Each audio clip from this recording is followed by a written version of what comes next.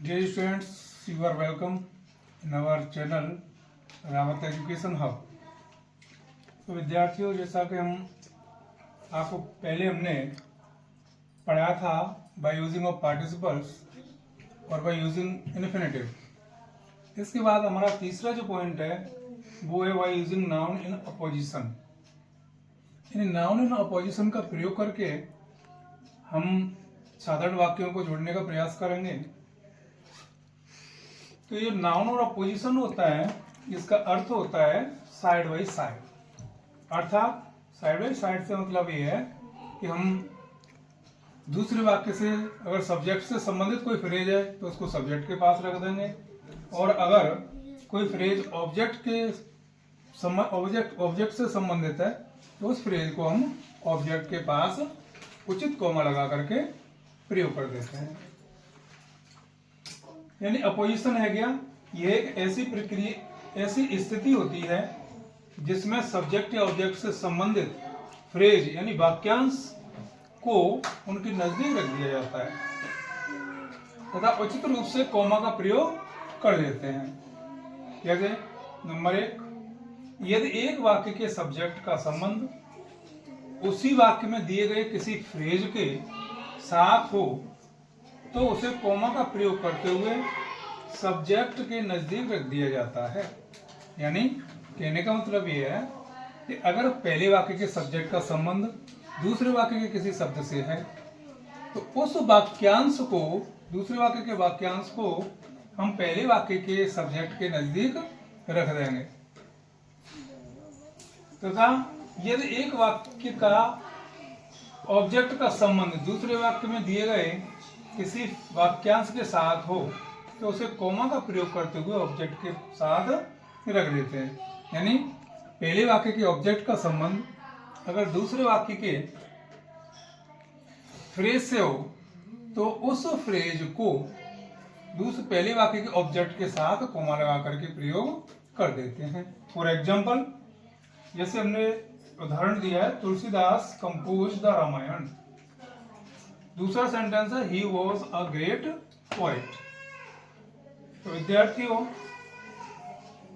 अब तुलसीदास जो लिखा है, तुलसीदास से संबंधित जो है वो ये दिया गया है अ ग्रेट पोएट। ये तुलसीदास से संबंधित है अ ग्रेट पोएट। तो हम क्या करेंगे, तुलसीदास लिख करके और हम जो फ्रेज दिया हुआ है संबंधित उसको कॉमा लगा के हम यहाँ लिख देंगे अ ग्रेट पोएट। इसके बाद में कॉमा लगा के जो शेष वाक्य बचा हुआ है कंपोज्ड द रामायण, ये हो जाएगा। इसी तरह दूसरा एग्जांपल देखेंगे, राम मेट श्याम। दूसरा सेंटेंस है he was his old friend. तो इसको हम क्या करेंगे, अब जो श्याम है, श्याम से संबंधित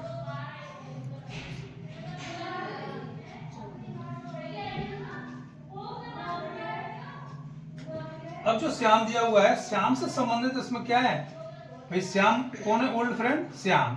तो जी इज ओल्ड फ्रेंड जो वर्ड दिया हुआ है, फ्रेज दिया हुआ है, ये श्याम से संबंधित है। तो राम मेट श्याम, इस फ्रेज को श्याम के साथ रख देंगे कॉमा लगा के, इज ओल्ड फ्रेंड।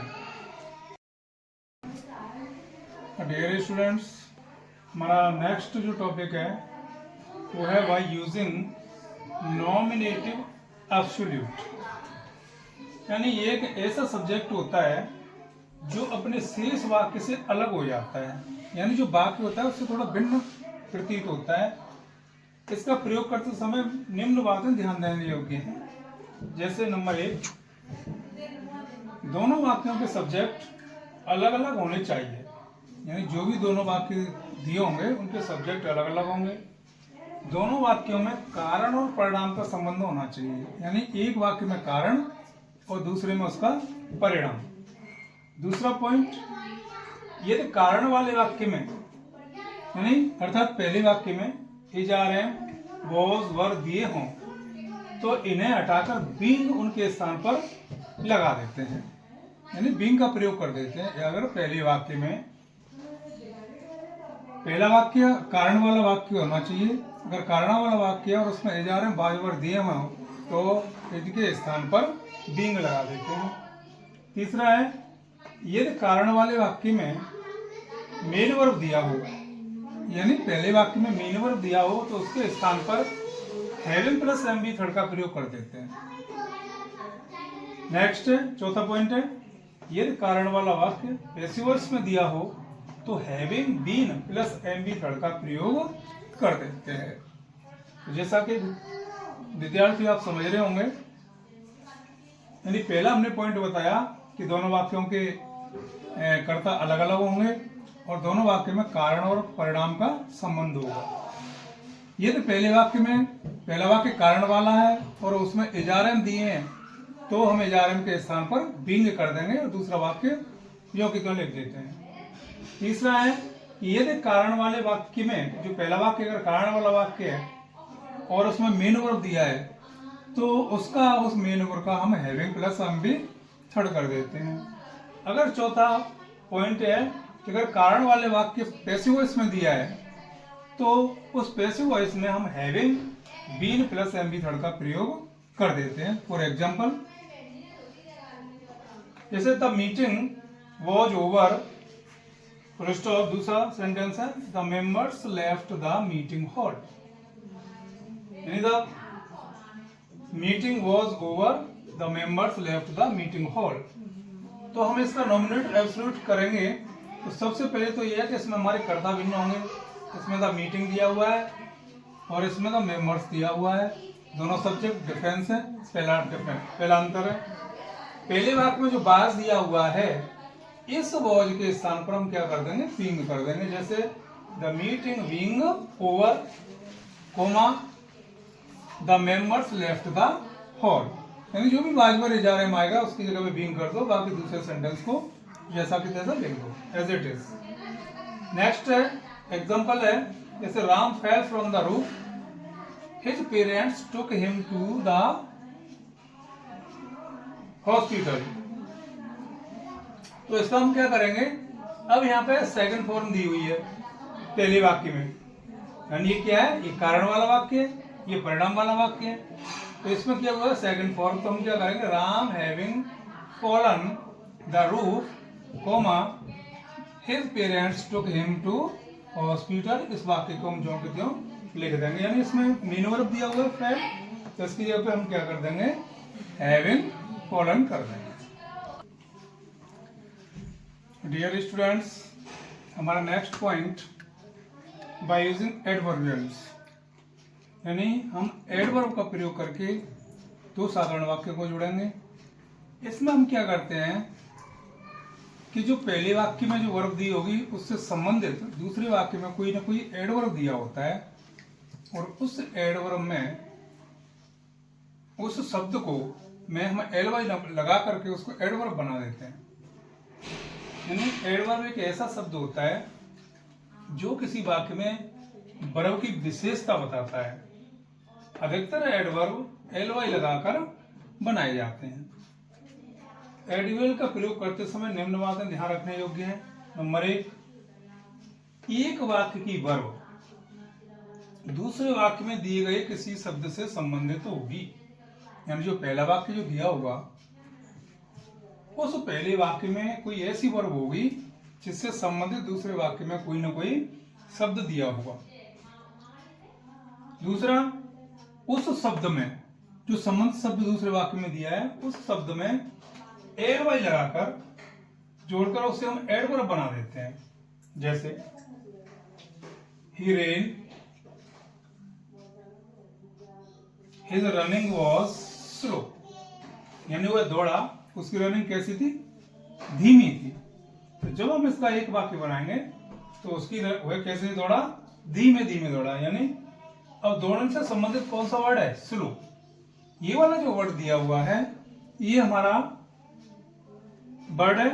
इस वर्ड को क्या करेंगे, हम एल-वाई लगा के एडवर्ब बना देंगे। तो इसका हम कर देंगे ही रेन स्लोली, यानी वो धीमे धीमे दौड़ा।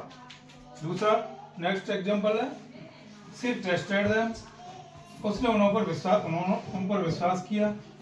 हर ट्रस्ट वॉज ब्लाइंड, उसका विश्वास, उसने मतलब बिना देखे या ब्लाइंडली उसने विश्वास किया।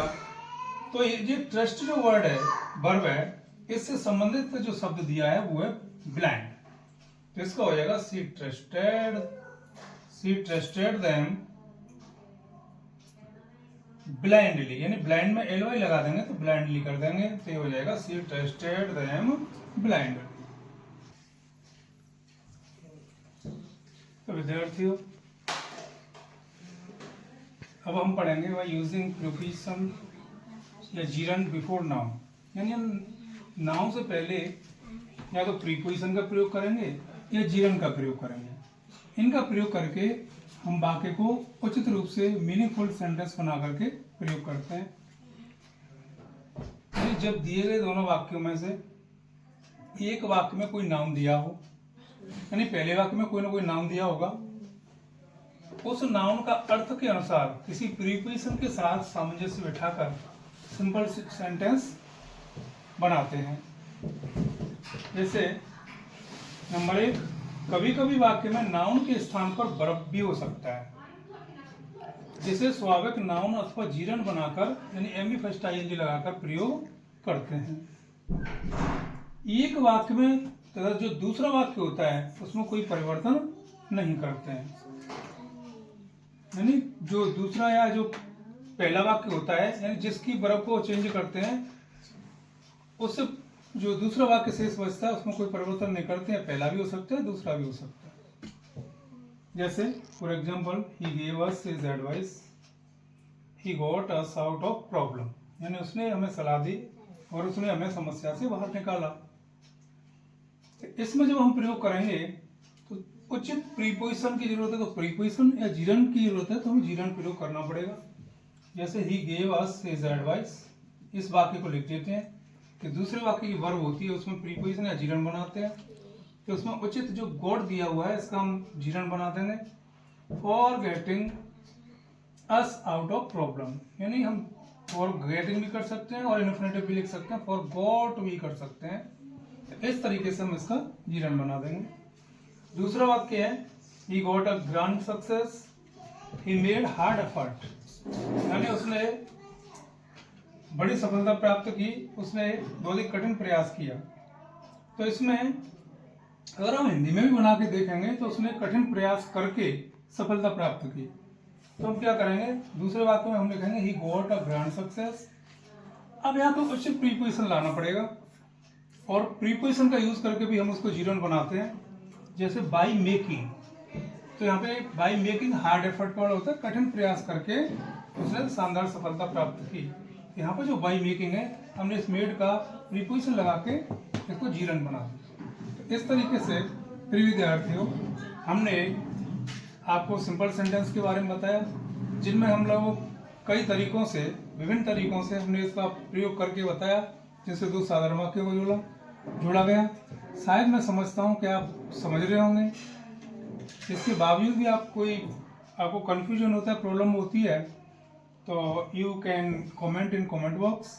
तो I advise you to read it regularly, तो I hope that you will understand it properly. और मैं इसके जो विभिन्न तरीकों से इसका जो प्रयोग बताया गया है आप एक एक करके धीमे धीमे पढ़ें।